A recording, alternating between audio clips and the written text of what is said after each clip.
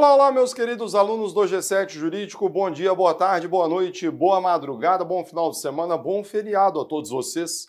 Estamos juntos de novo, gravando aqui, como você já viu, no slide de abertura, a nossa já tradicional atualização legislativa e jurisprudencial, em caso do primeiro semestre de 2021. O G7 Jurídico, pessoal, desde sua fundação em 2017, vem fazendo esse trabalho de atualização. A cada semestre, início de semestre, a gente faz uma atualização, porque de fato, maestro? Maestro, para quem não conhece, é o nosso querido Charles, diretor aqui de estúdio. O que não falta é atualização. É impressionante, No plano legislativo, alguma coisa, mas jurisprudencialmente falando, pessoal, todo semestre muitas novidades. E é por isso que a gente reserva 1 hora para preparar essa semana de atualização em todas as matérias: constitucional, administrativo, civil, processo civil, penal, processo penal e também legislação criminal especial. A gente começa fazendo primeiro uma atualização legislativa e depois a gente no item 2 fazemos uma atualização jurisprudencial. Vamos lá? Primeiro ponto importante, pessoal, já está aí na tela e a gente vai seguir uma ordem cronológica, é a Lei 14.132. Essa lei é do dia 31 de março e ela entrou em vigor no dia de sua publicação, 1º de abril.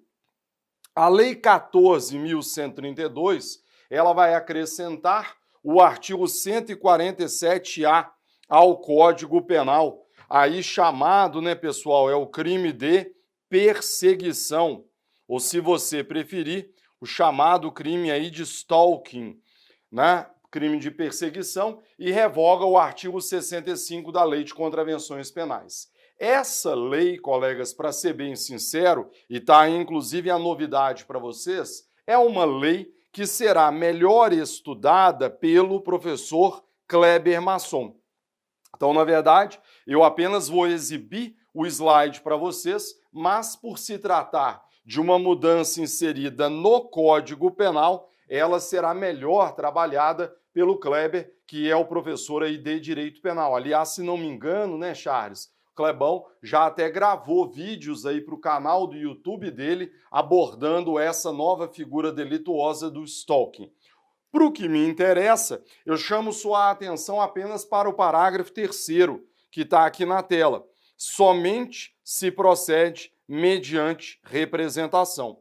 Então, na verdade, colegas, especificamente em relação ao tema ação penal, que aí é uma matéria que tangencia o processo penal, você nota aqui que o legislador, de maneira muito clara, exige representação em relação a esse delito. Então, na verdade, temos aí mais um crime inserido no Código Penal de ação penal pública condicionada à representação. Aliás, nesse ponto, pessoal, o crime do artigo 147-A, ele acaba se assemelhando ao delito de ameaça, previsto no 147, já que o crime de ameaça também exige representação.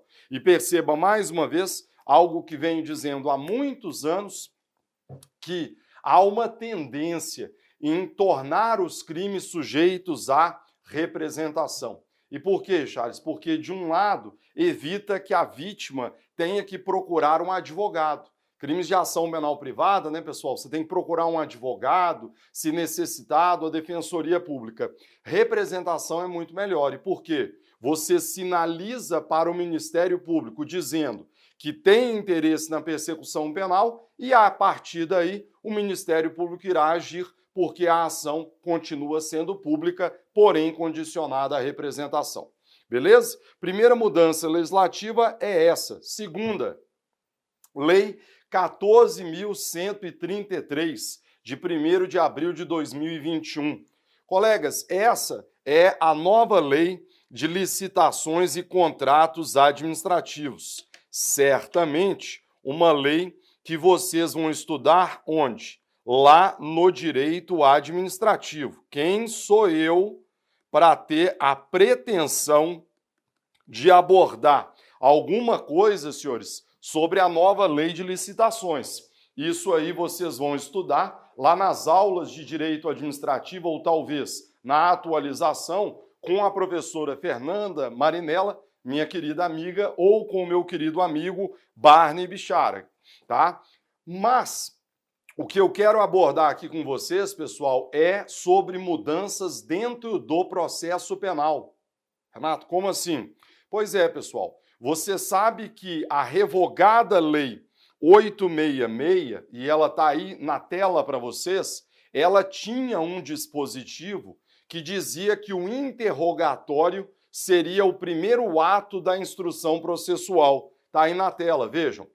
Recebida a denúncia e citado o réu, terá este o prazo de 10 dias para apresentação de defesa escrita, contado da data do seu interrogatório, podendo juntar documentos, arrolar testemunhas em número não superior e indicar as demais provas que pretenda produzir.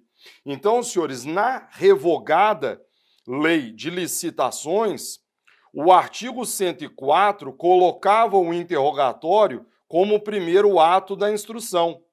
Algo que nós sabemos já está abandonado, já está ultrapassado há muitos anos pela jurisprudência do Supremo. O Supremo há muitos anos vem entendendo que o artigo 400 do CPP é norma geral. Leia-se, interrogatório ao final da instrução. E não apenas no Código de Processo Penal, mas também para os procedimentos especiais, como, por exemplo, lei de drogas, procedimento originário dos tribunais e assim por diante. Então isso aqui já estava ultrapassado. A novidade, pessoal, é que dispositivo semelhante a este, então você pode colocar o seguinte, ó, norma semelhante a esta, então norma semelhante a esta não consta da nova lei de licitações. Então, norma semelhante a esta não consta da nova lei de licitações. Então, colegas, a nova lei de licitações, acertadamente, ela não trata de momento procedimental para o interrogatório em sede processual penal. Você não vai encontrar nenhum dispositivo semelhante a isso na Lei 14.133. Então, grosso modo, essa é a única mudança relevante que nós temos dentro do processo penal decorrente da nova lei de licitações. Não custa lembrar, e aí já não é matéria minha, que a nova lei de licitações, ela trouxe para o Código Penal, então ela trouxe para o Código Penal os crimes correlatos. Então aqui também, pessoal, mais uma vez não é matéria minha. E por quê? Isso aqui, direito penal. Mas vamos lembrar que antigamente os crimes de licitações, pessoal, então se você pesquisasse a matéria crimes de licitações, onde estavam esses delitos? Os crimes de licitações estavam previstos na Lei 866/93. O que acontece com o advento da Lei 14.133? Esses crimes vão sair da Lei de Licitações, quer dizer, não estão mais na Lei 14.133, e eles são deslocados para onde? Para dentro do Código Penal. Então, na verdade, mais uma matéria a ser trabalhada pelo professor Kleber Masson, e aqui você tem as mudanças, né? Basta você abrir o seu Código Penal lá na parte final, porque esses crimes hoje estão previstos lá nos artigos 337-E. Então você vai encontrar esses delitos aqui a partir do 337. Então você tem várias figuras, crimes contra a administração, mas os crimes em licitações e contratos administrativos é do 337-E até o artigo 337-O. é onde você vai ter crimes ali, impedimento, obstar, e também a omissão grave de dado seria o último delito. Então, até o 337-O.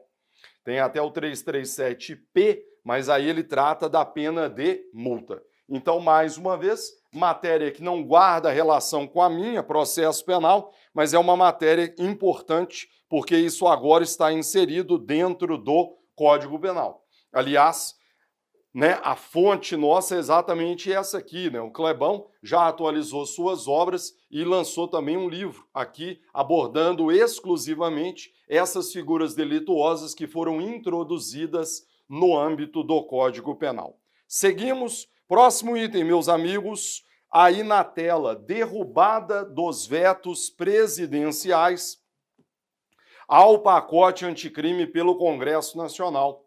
Pois é, difícil de acreditar nisso, né, maestro? O que acontece? O pacote anticrime, pessoal, é a Lei 13.964, de 2019. O pacote anticrime entrou em vigor no dia 23 de janeiro de 2020.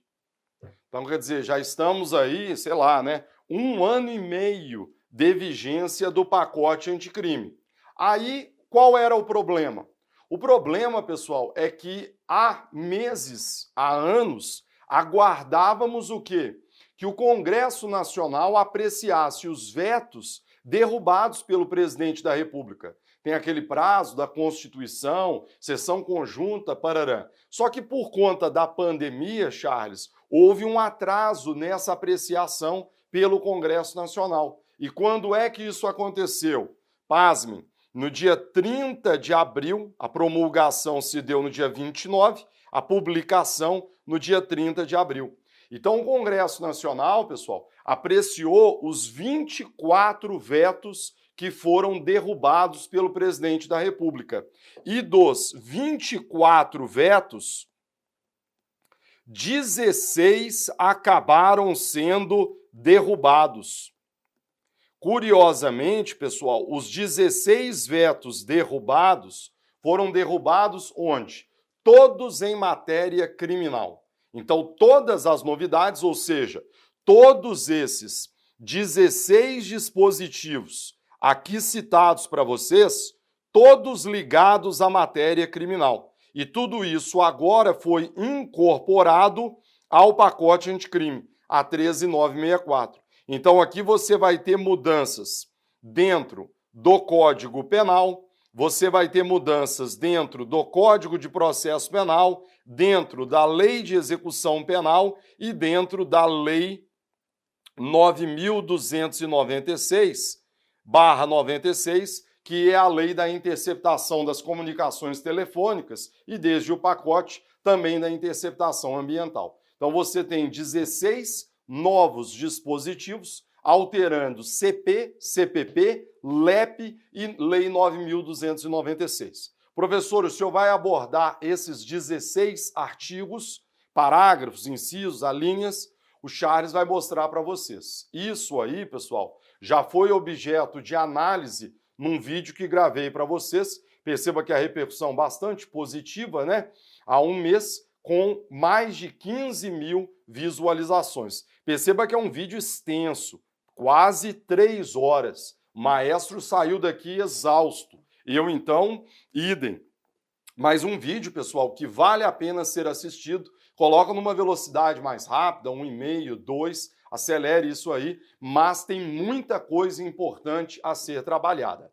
Legal? Então, na verdade, eu me permito pular essa explicação, porque isso aqui, pessoal, já está disponível lá no nosso canal do YouTube.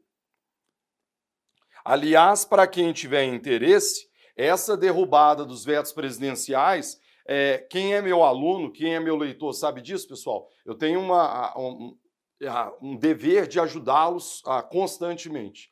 E, aliás, até como gratidão pelo investimento que vocês fazem em aulas, livros e assim por diante. Então, eu não só gravei lá atrás esse vídeo de 3 horas de duração que está no YouTube, como também, pessoal, disponibilizei um material por escrito que está no site da editora Juspodium.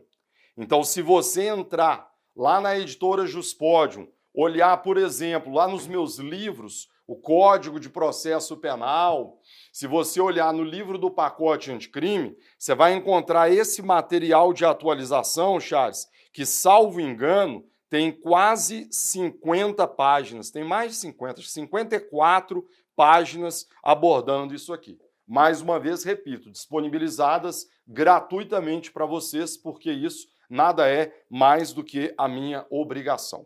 Caminhamos ainda para a gente poder finalizar, Charles. Veja, atualização legislativa, Lei 14.155.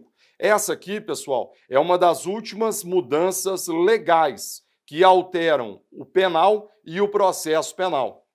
Publicado no dia 27, já está em vigor, tá? 28 de maio. Ela vai alterar o Código Penal, então isso aqui é matéria do Kleber, para tornar mais graves crimes de violação de dispositivo informático, furto e estelionato, quando cometidos de forma eletrônica ou pela internet, e o Código de Processo Penal. Aqui já é problema meu, para definir competência e modalidades de estelionato. Colegas, essa Lei 14.155, que já está em vigor desde o dia 28 de maio, ela vai estabelecer uma nova espécie de competência territorial, tá? Para certas modalidades de estelionato. Cuidado, não é para todo o estelionato. Para algumas modalidades de estelionato, você vai ter uma nova competência territorial. É o que está aí na tela para vocês. Artigo 70, parágrafo 4º. Vejam, nos crimes previstos no artigo 171, então não são todos, são alguns, quando praticados mediante depósito, emissão de cheque sem fundos ou com pagamento frustrado, seria aquela modalidade do parágrafo 2º, inciso 6º, ou mediante transferência de valores, a competência será definida pelo local do domicílio da vítima e, em caso de pluralidade de vítimas, a competência firmar-se-á pela prevenção. Então, uma mudança interessante, porque doravante, desde o dia 28 de maio de 2021, temos agora a possibilidade de o domicílio da vítima e não do autor do delito ser usado como critério para a fixação da competência territorial em algumas modalidades de estelionato. Mais uma vez, Charles, isso aqui, devido à complexidade, foi objeto de um vídeo para o nosso canal do YouTube. Charles vai abrir mais uma vez. Sei que às vezes o aluno fala assim, pô, professor, mas o senhor está dando aula e jogando tudo no YouTube? É porque os vídeos já foram gravados, pessoal. Então, na verdade, se a semana de atualização, eu tenho 1 hora apenas. O YouTube me permite aprofundar muito mais. O Charles vai mostrar para vocês, ó. Aí, ó, é esse vídeo aqui, ó, nova competência territorial. Quase aí 7.000 visualizações. Foi disponibilizado aí há 3 semanas, 4 semanas. Então, vocês vão assistir e vejam. Quase 1 hora de duração abordando isso aí. Então, se eu fosse falar sobre isso na semana de atualização do G7, eu falaria apenas sobre essa lei. Maravilha? Então aqui, Charles, pode voltar comigo, você tem as 4 novidades legislativas. O stalking, a nova lei de licitações, a derrubada dos vetos presidenciais ao pacote pelo Congresso e a nova competência territorial para o estelionato. Podemos, então, avançar para o próximo item da nossa semana, de atualização legislativa e jurisprudencial. Aqui, Charles, sim, vocês vão perceber que muita coisa a ser trabalhada. E por quê? Ao longo desse primeiro semestre de 2021, muitas novidades trazidas não apenas pelo Supremo Tribunal Federal, como também pelo Superior Tribunal de Justiça. Então, eu vou aproveitar os 40 minutos restantes para trazer para vocês as principais decisões dadas pelos tribunais superiores nesse primeiro semestre de 2021. Algumas a serem aplaudidas, outras a serem duramente criticadas. E vocês verão o porquê. Vamos lá? A primeira decisão, pessoal, versa sobre a inconstitucionalidade da tese de legítima defesa da honra, tema que os senhores certamente já chegou aí ao conhecimento dos senhores. A gente tem hoje, vivemos no país, poderia dizer, pelo menos duas grandes epidemias. A epidemia do Covid e a outra epidemia que nós temos, que também não é silenciosa, é a epidemia da violência doméstica e familiar contra a mulher, agravada quando esta violência culmina com a morte de uma mulher, no âmbito de uma relação íntima de afeto, no âmbito da entidade familiar e assim por diante. Charles, os números são estarrecedores, é uma coisa horrorosa. E é um número, uma cifra, que vem aumentando exponencialmente, principalmente por conta dos reflexos da própria pandemia do Covid. Quer dizer, imagine você, as pessoas são obrigadas a permanecer aglomeradas, entra a questão do desemprego, uso de drogas, uso de bebida alcoólica, a violência vai aumentando, dificuldades são agravadas para denunciar essa violência, várias campanhas, né, aí para a pessoa demonstrar que está sendo vítima, e os números de feminicídio vêm aumentando exponencialmente. O que o Supremo Tribunal Federal fez? Apreciando esta ADPF 779, entendeu que você não pode se valer da tese de legítima defesa da honra para justificar eventual prática de feminicídio. Então aqui estabeleceu, Charles, uma importante ressalva quanto à plenitude de defesa como princípio basilar do júri. Quando estudamos tribunal do júri, pessoal, e isso fazemos aqui nos cursos regulares do G7, a gente tem uma aula de 2 horas e meia, abordando os princípios constitucionais do júri. Plenitude de defesa, sigilo das votações, soberania dos vereditos, competência para os crimes dolosos contra a vida. Poxa, professor, mas dentro da plenitude de defesa, eu posso me valer de qualquer tese? Cidadão se desentendeu com sua esposa, a agrediu, né, violentou e acabou praticando um feminicídio contra ela, porque descobriu que estava sendo traído. Será que essa traição não justifica o feminicídio? Não estaria ele agindo na legítima defesa da honra? O Supremo, Charles, em boa hora disse que não. Ou seja a honra, seja uma traição, você não pode usar esses argumentos como se fossem capazes de se subsumir ao conceito de legítima defesa para que você invocasse essa excludente da ilicitude no âmbito do júri. E a partir daí, o Supremo então fixou as 3 teses que estão aí exibidas para vocês. Vamos dar uma olhada? Primeira delas. A tese da legítima defesa da honra é inconstitucional, por contrariar a dignidade da pessoa humana, a proteção à vida e a proteção à igualdade de gênero. Inciso da segunda tese.